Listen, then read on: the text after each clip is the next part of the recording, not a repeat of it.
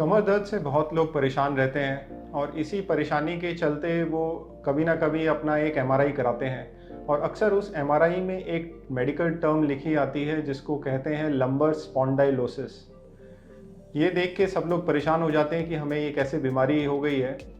तो आप भी ये सोच रहे हैं कि लंबर स्पॉन्डाइलोसिस क्या है, क्या परेशानियां इससे होती है और इससे कैसे बचा सकता है जा सकता है, तो इस वीडियो को ज़रूर देखें।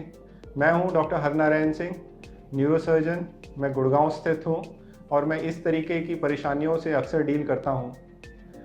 तो लंबर स्पॉन्डाइलोसिस अगर सिंपल तरीके से मैं समझा सकूँ तो एक उदाहरण के रूप में समझाना चाहूँगा। जैसे कि हम बड़े होते जाते हैं एज में, वैसे ही कुछ चेंजेस आते हैं हमारे स्किन में। जैसे कि स्किन में झुर्रियाँ पड़ जाती हैं, स्किन में कुछ डार्क स्पॉट्स आने लगते हैं।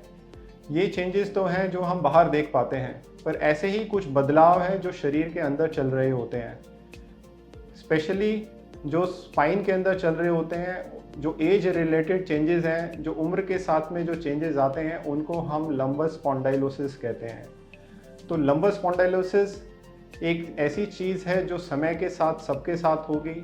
वो चेंजेस हैं जो सबको आएंगे ही आएंगे। ये ज़रूरी नहीं है कि हम इसको एक बीमारी का दर्जा दें। क्या सिम्टम्स होते हैं लंबर स्पॉन्डाइलोसिस के? सबसे कॉमन परेशानी इसमें जो देखते हैं वो है कमर में दर्द, कमर में स्टिफनेस। आप सुबह उठे, अगर आपको थोड़ा सा कमर के एरिया में टाइटनेस महसूस हो रही है, थोड़ा दर्द महसूस हो रहा है, जो जब आप थोड़ा काम करने लगें वो ठीक हो जाए। और समय के साथ में अगर ये परेशानी धीरे धीरे बढ़ती जा रही है, इतना तकलीफ़ देने लगी है कि आपको दर्द की दवाई की ज़रूरत पड़ने लगी है, तो फिर हम इसके बारे में आगे इलाज की सोचते हैं। जैसे कि मैंने बताया कि लंबर स्पॉन्डाइलोसिस एज के साथ चेंजेस आते हैं, तो स्पाइन के अलग अलग हिस्सों में, जैसे कि हड्डियां हैं, हड्डियों के बीच में डिस्क हैं, उनके थ्रू नर्व्स जो गुजर रही हैं, जो आगे पैरों में या हाथों में जाती हैं, उन सब के चेंजेस को एसोसिएट करके ये एक टर्म बनाई गई है। तो समझाया जाए तो जैसे कि एक छतरी होती है, अम्ब्रेला, ये एक लंबर स्पॉन्डाइलोसिस अम्ब्रेला टर्म है जिसमें बहुत सारे चेंजेस इनकॉर्पोरेट किए जाते हैं। तो आपके डिस्क में अगर चेंजेस आ रहे हैं, स्पाइन की हड्डियों में चेंजेस आ रहे हैं, नर्व्स पे कोई परेशानी है, तो इन सब को एक बड़ा नाम दे दिया जाता है लंबर स्पॉन्डाइलोसिस। इनमें से कुछ बदलाव जो हैं क्लिनिकली सिग्निफिकेंट हो सकते हैं, जिससे कि आपको ज़्यादा परेशानी हो सकती है। अगर नस पे दबाव हो तो पैरों में सुन्नपन, भारीपन, पैरों में कमज़ोरी या इतना ज़्यादा दर्द जिसको हम सियाटिका कहते हैं, तो कुछ बदलाव ऐसे होंगे जिससे इतना परेशानी होने लगेगा कि उसके आगे लिए हमें आगे सीरियस कोई सर्जरी वगैरह सोचना पड़े। तो वो बदलाव भी इसी टर्म के अंदर आते हैं।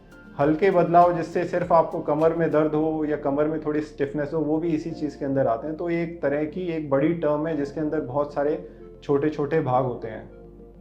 जैसे कि मैंने बताया कि ये उम्र के साथ में कुछ चेंजेस आने ही आने हैं। अब हम देखें कि हम स्किन में रिंकल्स ना आए, उसके लिए आपको स्किन मॉइस्चराइज करनी चाहिए, सनस्क्रीन लगानी चाहिए जब आप धूप में जाएं। स्पाइन के चेंजेस कम आए, उम्र के साथ में कम आपकी स्पाइन खराब हो, तो उसके लिए आप क्या कर सकते हैं, कैसे इस चीज़ से बच सकते हैं?